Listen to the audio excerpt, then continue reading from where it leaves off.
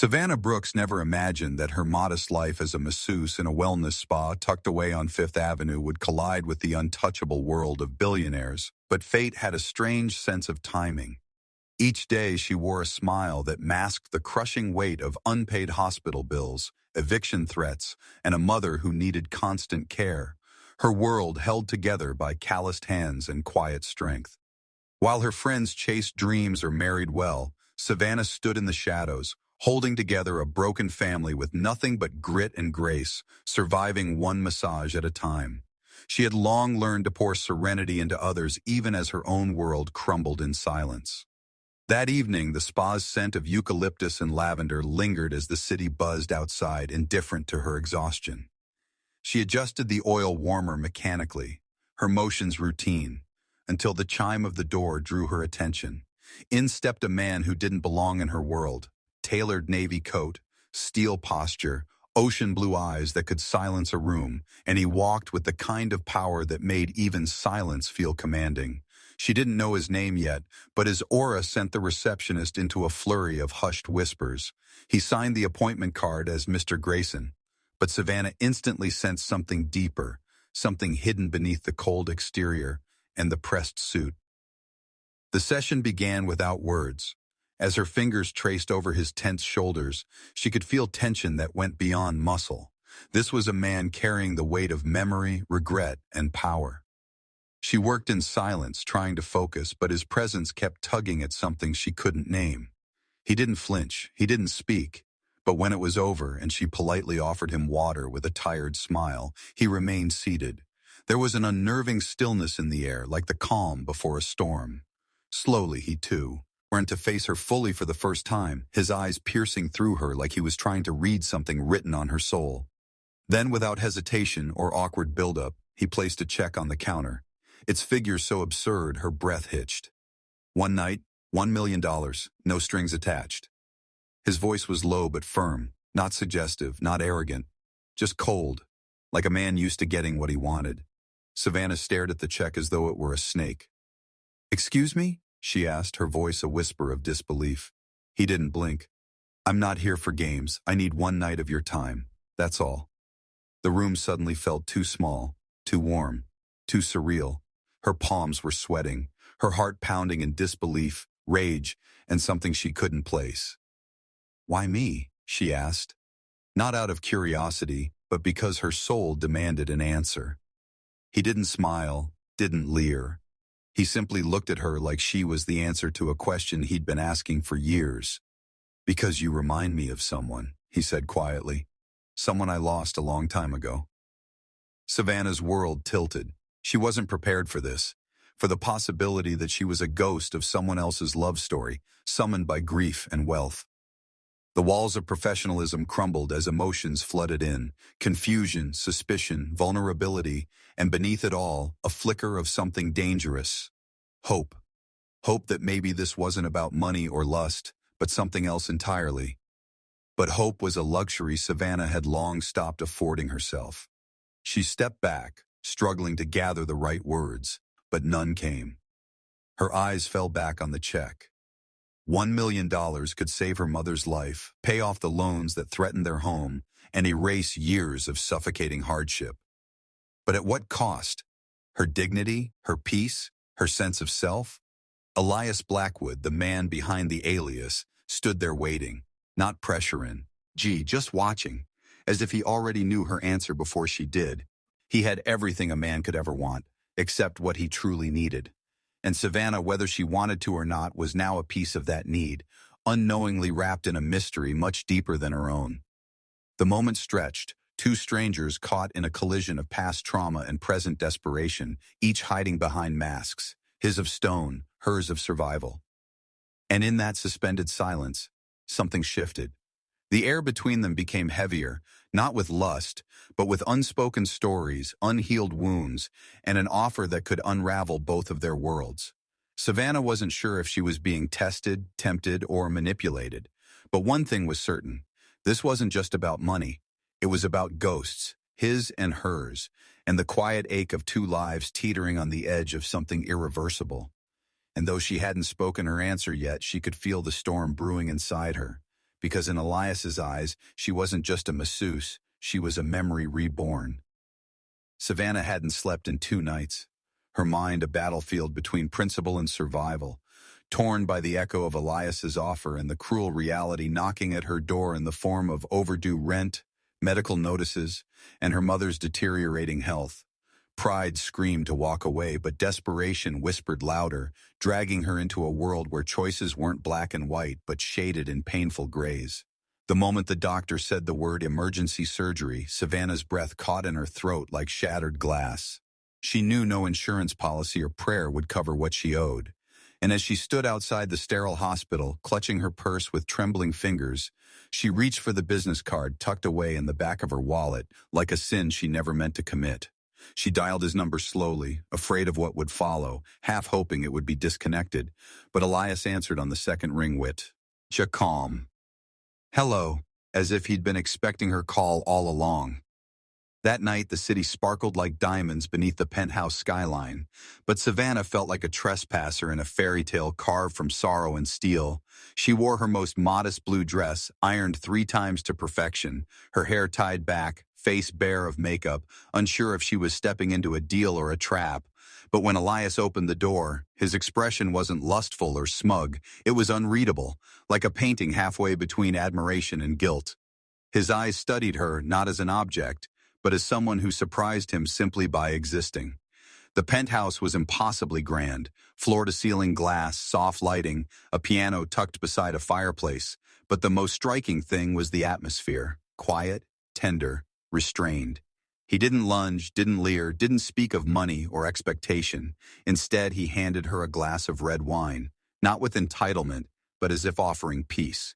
The silence between them was sacred until Elias broke it with a question no one else had ever asked. What's your favorite memory of your father? Savannah blinked, caught off guard, then laughed softly, bitter, nostalgic, aching. They spoke for hours about loss, about guilt, about carrying burdens no one else could see. He told her about a treehouse he once built as a child, how he lost someone who made him believe in softness, and how he hadn't felt warmth in years. She, in turn, shared fragments of her childhood, before the debt, before the collapse, before everything became survival. And for the first time in a long time, she wasn't just someone who served others comfort. She was seen. Her laugh echoed like healing in that glass room. And Elias listened, really listened, the way no man ever had. Time melted. The city outside went quiet. The expensive furniture, the wine, the shadows, all faded until only conversation remained.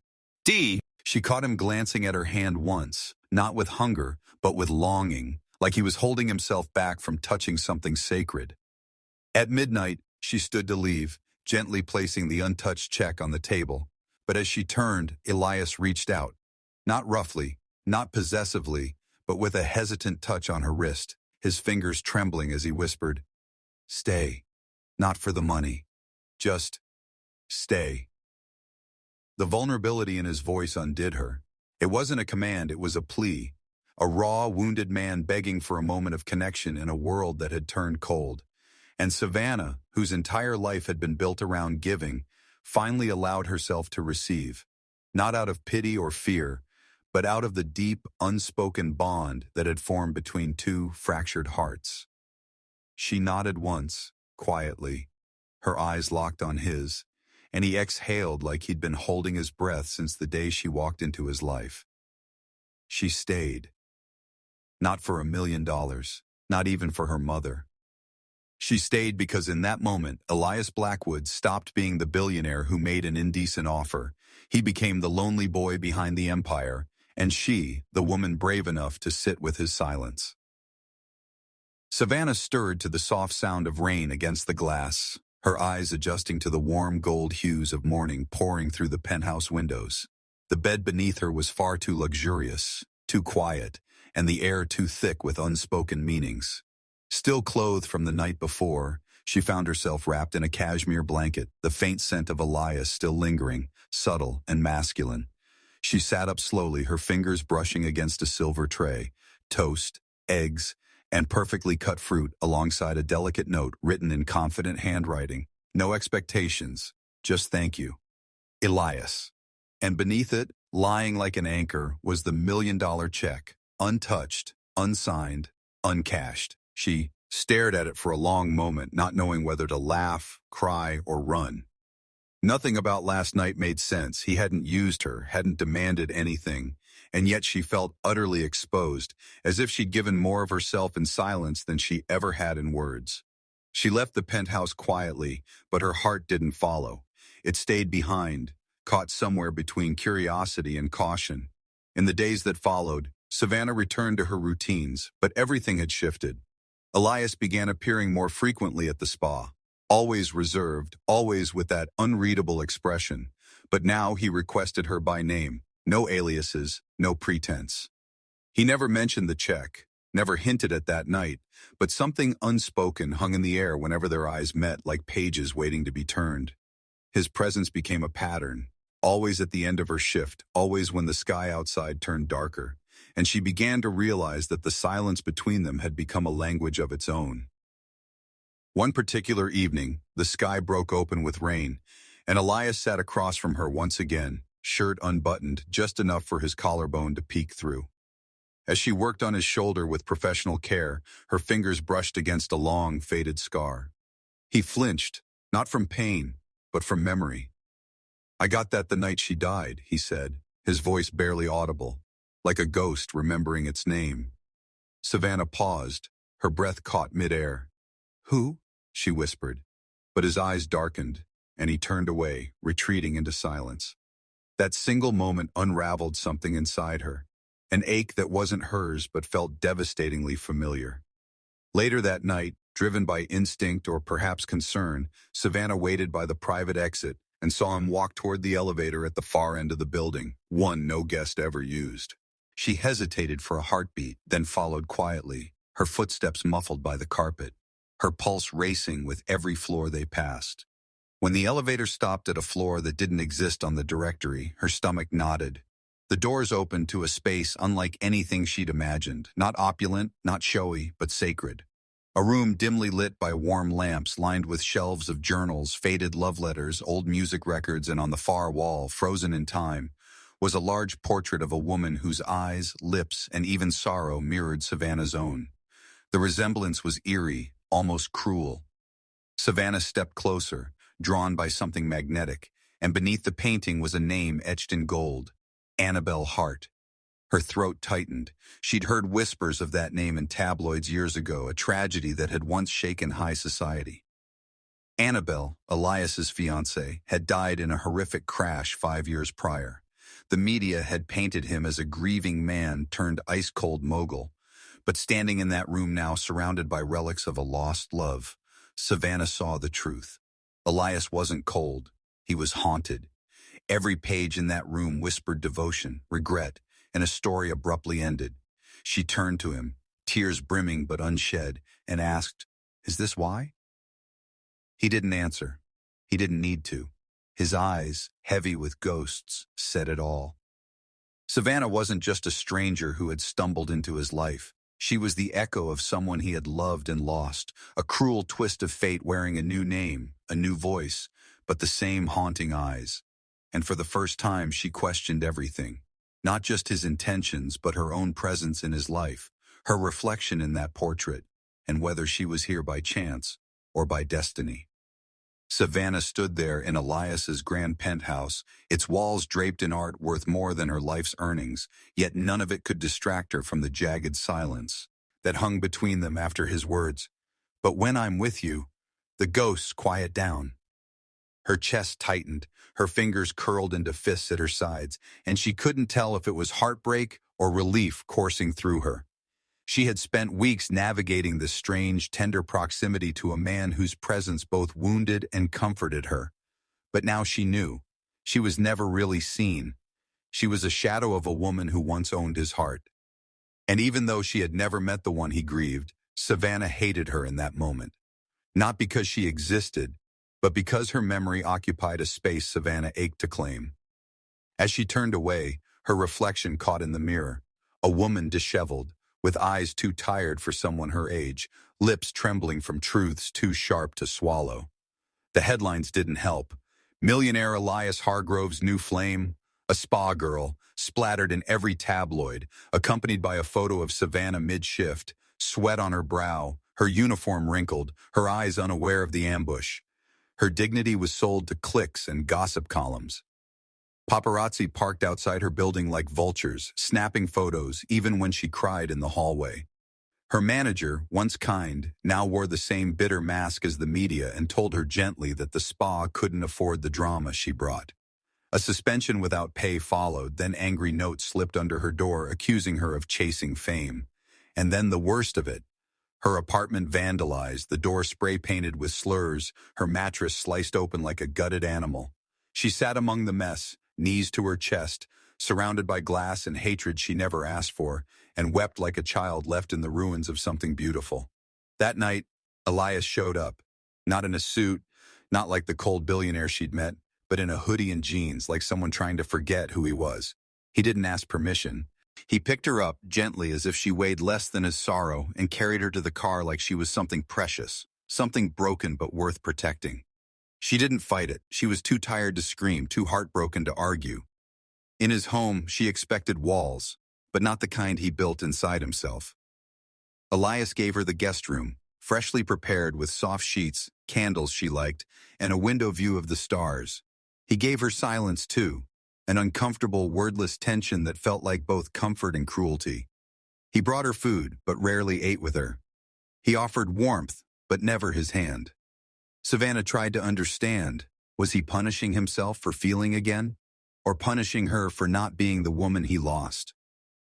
Every time she passed him in the hall, something inside her screamed to reach out, to grab him by the collar and ask, "What am I to you?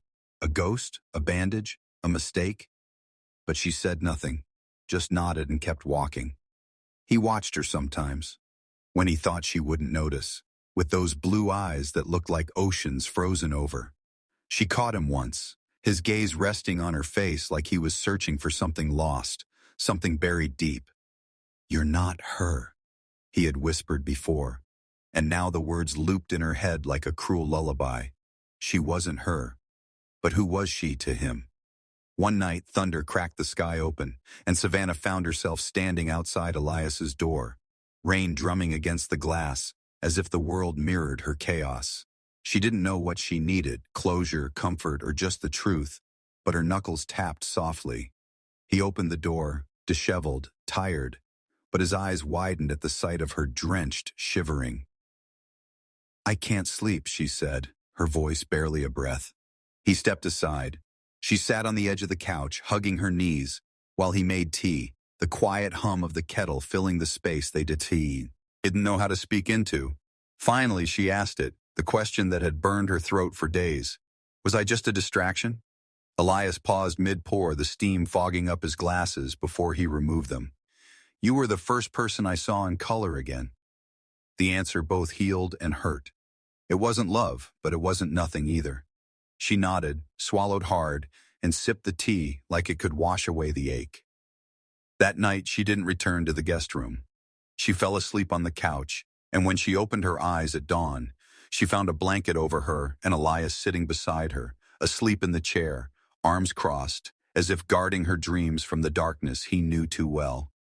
Savannah knew then, this man wouldn't love easily, but maybe, just maybe, he was learning how to feel again.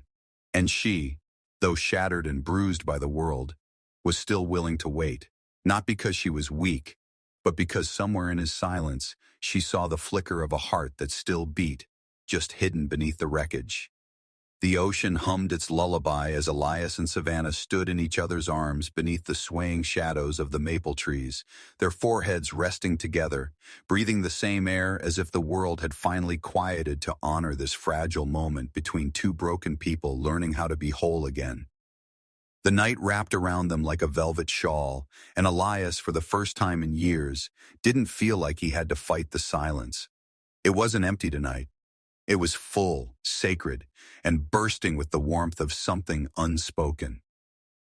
The waves curled and kissed the shore softly as he ran his hand along her arm, and Savannah looked up at him with eyes that held stories and scars, but also a growing flame of safety. They had walked through storms and shame and misunderstandings, but now there was peace in the way her fingers wove through his, peace in the way her body leaned into his without fear or hesitation. They strolled back to the beach house slowly, barefoot and wordless, letting the sea etch new memories around their footprints in the sand. The wind tousling her hair into ribbons, he found himself gently brushing away from her face. Inside, the fireplace flickered to life with his touch, but it was her presence that lit the room in a way no flame ever could. She sat by the window, hugging her knees to her chest as she watched the moonlight scatter across the waves, and he stood behind her for a long moment, memorizing the serenity etched into her profile. Then he moved beside her close enough to feel her warmth, but not too close to impose. "Savannah," he murmured, his voice barely louder than a breath. "I don't remember what home felt like until now." She turned to him, tears trembling in her lashes, not of sorrow but of overwhelming affection, as she whispered, "Maybe home isn't a place. Maybe it's this, us." And in that moment, something inside them both clicked, like the turning of an old lock finally finding its key after years of silence. They didn't need grand declarations or lavish promises. What they had was tender, real, and blooming in the quiet. He reached for her hand, pulled her gently into his arms, and kissed the top of her head, his chest rising and falling steadily with hers as they sat by the glass, watching stars appear one by one like blessings falling over their sanctuary. Later, she rested her head on his chest while he read aloud from an old poetry book he'd once found during his loneliest days, his voice soft and hesitant at first, until her gentle smile encouraged him to go on. She laughed at the silly lines, sighed at the tender ones, and in between verses would look up at him as if seeing more than just a poem. Man, she saw the boy inside him who once believed he had to fight the world alone. They made tea together, bumping shoulders in the kitchen, giggling over how he added way too much honey, their laughter dancing up the wooden beams of the ceiling. He opened the back door and brought out a blanket, and soon they were lying in the grass beneath the stars, fingers interlaced, hearts beating in the same gentle rhythm, wrapped not just in fabric, but in something deeper: trust. She traced constellations in the sky with her finger, giving them silly names, and he pretended to be outraged by her terrible astronomy skills, secretly grateful for every ridiculous name she whispered into the night. "You make the stars feel less lonely," he said suddenly, and she blinked, stunned by the beauty of such a simple truth. Then, turning on her side to face him, she brought her palm to his cheek and whispered, "You make me feel less broken." Their lips met again, not rushed, not desperate, but patient and reverent, as though the universe had waited lifetimes to bring them to this very breath. He pulled her closer, wrapping his arms around her as if trying to memorize every curve of her presence, and she let herself be held, her walls dissolving brick by brick beneath the weight of his sincerity. They stayed like that for what felt like hours, just breathing, tracing invisible lines on each other's arms, whispering about old wounds and distant dreams, never judging, only listening. At one point, she pressed her ear to his chest and said, "Your heartbeat calms my chaos," and he, without hesitation, replied, "Your voice silences my ghosts." When the night air turned cooler, they moved indoors, but the intimacy didn't wane. It deepened. Not physical, not rushed, but profound in the way only emotional bareness can be. He changed into a soft tee and sweatpants, she into one of his old flannels, and they curled up on the couch like two puzzle pieces finally fitting together. He brought her warm milk and she teased him for being a secret softie, and he didn't deny it, not anymore. They shared childhood stories, moments they had never told another soul, and slowly, the barriers they had both lived behind melted under the warmth of mutual vulnerability. There was no seduction in their closeness, just devotion. They didn't touch out of need, but out of comfort. He held her as if she were something sacred, and she touched his face as if to remind herself he was real. They fell asleep tangled together, not in lust, but in love, the kind that doesn't ask for proof, only presence. And as the fire dimmed and the night deepened, Elias pressed one last kiss to her forehead and whispered, "Thank you for teaching me how to feel again." And Savannah, half asleep, smiled against his chest and whispered back, "Thank you for not giving up on love." Outside, the waves continued to kiss the shore, and the stars watched over them. Two wounded hearts colliding not in destruction, but in the slow, beautiful art of healing. Savannah's heels echoed through the marble hallways of the mansion as she walked away, every step heavy with a betrayal that clawed deeper than any wound. The world around her blurred, not from speed but from tears she refused to let fall, not here, not in this house soaked in the blood of her past.